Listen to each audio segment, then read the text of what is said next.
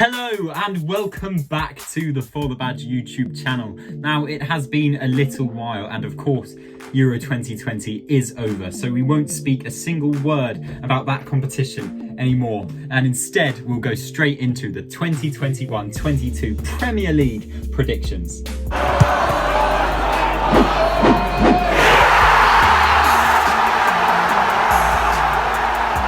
Now, I have to apologise because I have not uploaded onto this channel in over 2 months, but we'll skip over that very quickly. That's gone, that's out the window, it doesn't matter anymore because tonight the Premier League starts. Arsenal travel to Brentford for the Premier League opener. So yeah, let's get into the predictions for the final table. Now, as you can see on my left, your right, I have a tier list showing the champions 2nd to 4th place, 5th to 10th place, 11th to 14th place, 15th to 17th place, and the relegation places, along with all of those Premier League clubs up this season.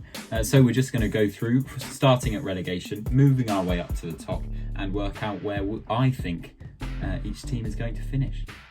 So, starting off, 20th place. A team that I think many people have predicted to go into 20th place. They haven't really invested this summer. They've lost one of their best players in Buendia to Aston Villa. I am, of course, talking about Norwich City. I think they are going straight back down, and they're not the only club to be doing so. In at 19th place, in fact, is another newly promoted club. Now, this one might be different because I think a lot of people see one club staying up and one club going down of the newly promoted sides, but I'm going to go for Brentford. Swap those around. Brentford to get relegated. I just think that the fact that they've never been in the Premier League before, they don't know what it's about. I mean, it might work for them, like the likes of Sheffield United, when they came up a couple of years ago, they did well and then got relegated the next season.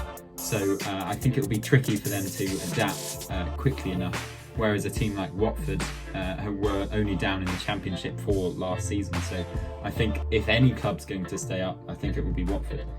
Now, 18th, the final relegated spot, is a tough one and a harsh one, but I'm going to go for Southampton. I just feel the loss of Danny Ings is just too much to lose when you're a club that was really quite poor last season without him. Without his goals, they would have been a lot worse off. Of course, they have signed Armstrong from Blackburn, who did well in the Championship last season. They've got Che Adams, who's still a brilliant player, but they've lost Ryan Bertrand. He's gone to Leicester, which is problematic for them. So I feel they're getting a weaker and weaker squad as each season goes by, and especially losing Danny Ings to who was a rival last year in Aston Villa. Yeah, it's not looking good for them. Right, so on to 15th to 17th. Now in 17th place, I have the other final newly promoted club in Watford. I've got them finishing just above the relegation zone. I feel like they're not quite strong enough to be out of a relegation battle, but they are the sort of scrappy team that will be able to pick up the odd point that will help them survive. And with Troy Deeney as their captain and the cycling GK in goal, I'm sure they can just fight to get that safety. Now in 16th place, another team who's changed their manager this season, Crystal Palace. Let's swap them around there. Crystal Palace. Patrick Vieira has come in, and I mean, he's obviously a brilliant player, Arsenal legend, but his managerial experience isn't top tier. I think they'll struggle with him. But yeah, put them in 16th. I mean, they might finish a lot higher, who knows? Vieira might take them by storm, but I've put them there just as not to get relegated, just as a safety sort of 16th in that sort of area, a bit precarious. And the same about, well, at least wanting a new manager. There was a vote put out, which club has the least confidence in their manager, and that was Newcastle United with Steve Bruce. I think it was something like 91% of Newcastle fans do not believe Steve Bruce is the right man to take their club forward. And that's why I've put them so low again.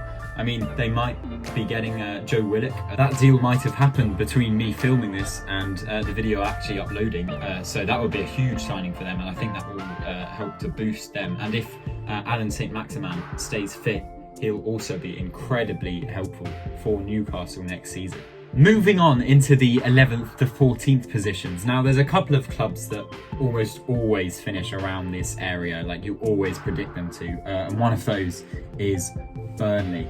They're never really pushing for Europe. I know they did a couple of years ago, but then I think they got knocked out in the qualifying rounds. They're also not often in the relegation scrap. They're always just sort of mid to high bottom half of the table. So yeah, they're going in there at 14th.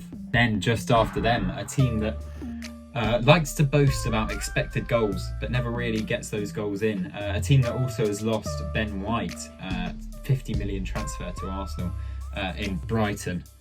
I think I'll put them 13th. They haven't really improved their squad a lot. I think they need to get a clinical striker who can take these chances that they're always talking about, the fact that they create.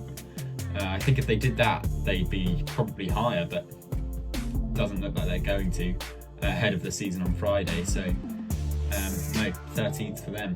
Then in 12th, another team that's lost their manager, but has obviously got a new one, in Wolverhampton Wanderers. Now, their business has been sort of mix and match this season. They've lost their goalkeeper, Rui Patricio, but they brought in Jose Sarr, who's another good keeper, but just not the level that Patricio was at least I don't think at the moment. But they have got back Raul Jimenez, and you don't know how important that's going to be. If they can get him to be back to the way he was playing and the way Wolves were playing when he was in the team, they can be really lethal. But if they can't, then it could be a problematic season for them. So yeah, there you go in at 12th position. And then 11th, another team with a new manager this season. Rafa Benitez has joined Everton. The ex-Liverpool manager has joined Everton, and I believe will take them to an 11th place finish. He's a good manager, he's a brilliant manager, he's proved that, and he's proved it in the Premier League with multiple clubs, Liverpool and Newcastle. But he will struggle with the squad that he has. Obviously, there's all the problems with Gylfi Sigurdsson, that he's probably out of the squad. They have brought in, however, Andros Townsend and Damari Gray, who are good signings, but they're not exactly marquee signings that are going to get you to push for Europe. So I think he'll struggle with that squad. But yeah, I reckon an 11th place finish seems about right for Everton. And now into the top half of the table. The first, bottom of the top half I've put is actually West Ham United. Now, some of you may disagree with this because of the amazing season they had last season. However, with the Europa League and the congestion of all those fixtures, I think West Ham will find it hard, especially with the squad they have. Michail Antonio, as of January last year, was the only striker at West Ham United. I think you'll see a lot of their bench will be made up of their youngsters, and in Europe as well, if they're playing the lesser teams of the Europa League. I think you'll see a lot of youngsters playing for them because of the congestion and the lack of squad that they have. So I think they'll really struggle and take a 10th place finish, which I'm not sure whether they'll take, but if they have a good European run, they could take it. And now 9th place, another team who have done very well last season, in their first season in the Premier League, a bit like Wolves when they first came up, Sheffield United when they first came up, but hoping to avoid the same fate as Sheffield United. I've put Leeds United in 9th place.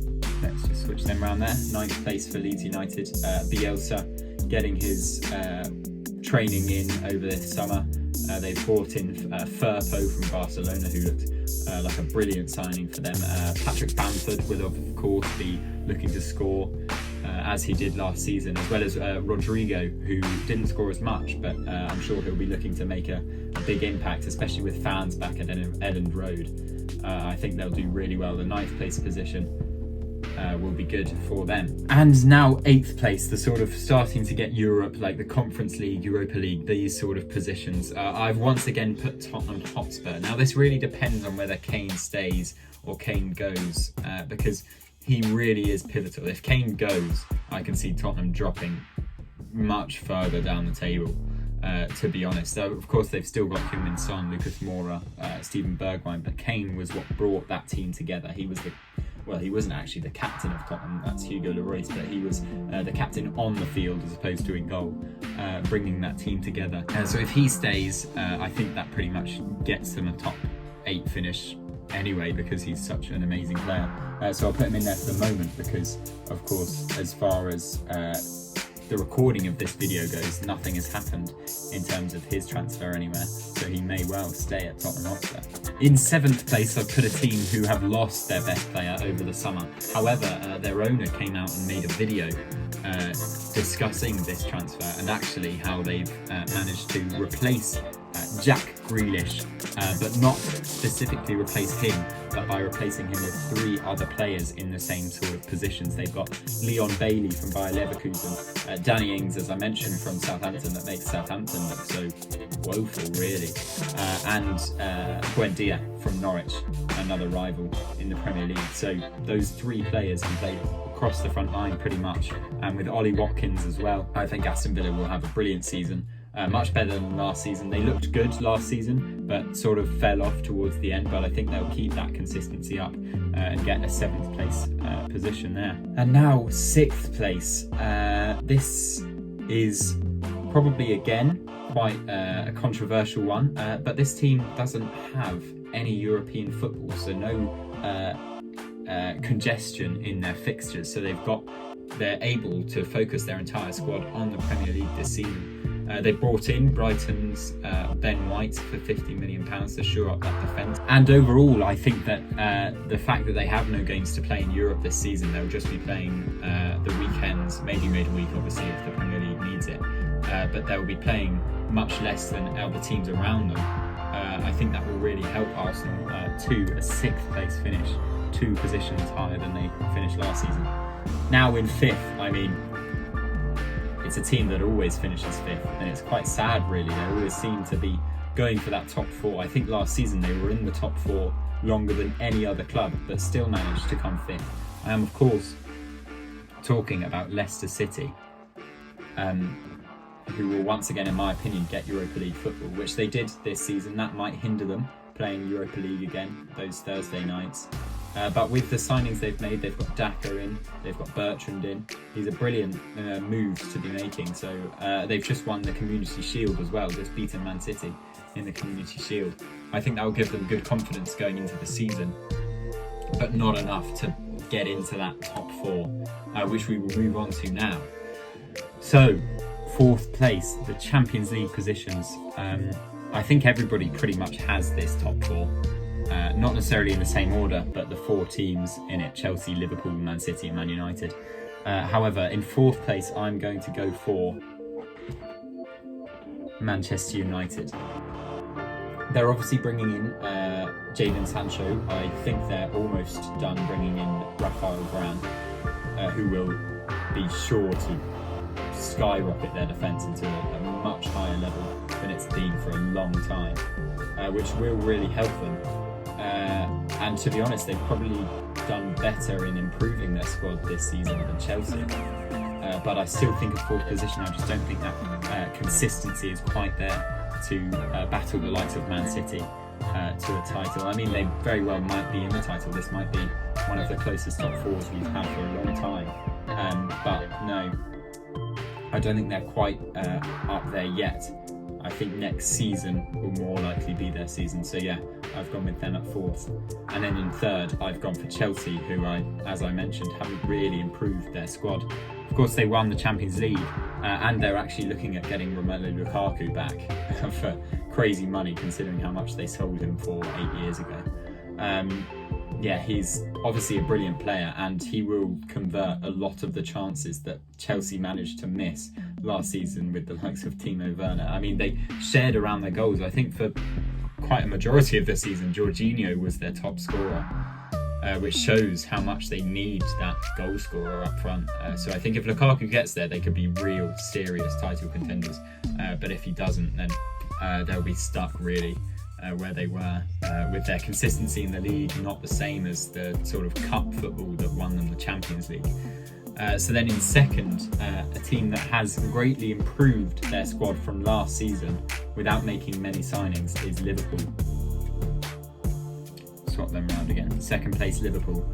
Virgil van Dijk is back. Joe Gomez is back. John Matip is back. They brought in Konate. They've got Harvey Elliott, who's had a brilliant season in the Championship.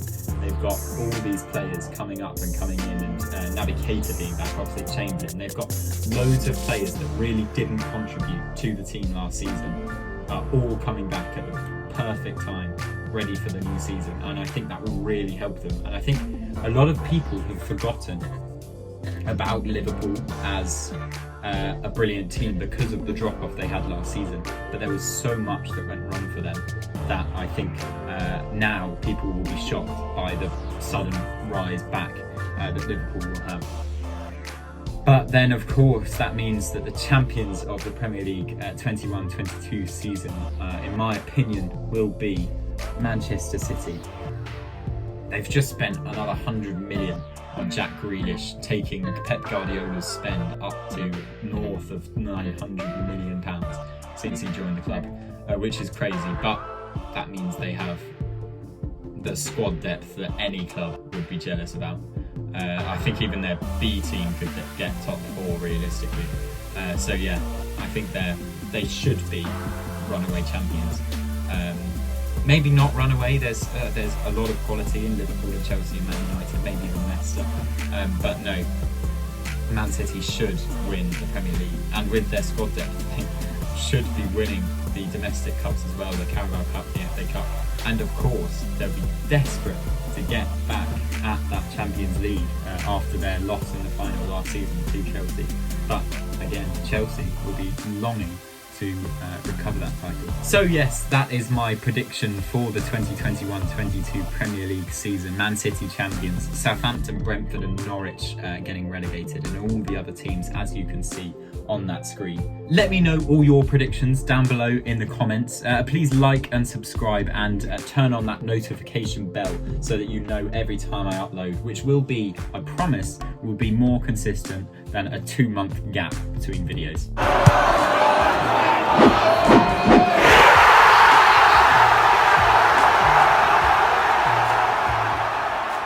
Which starts today.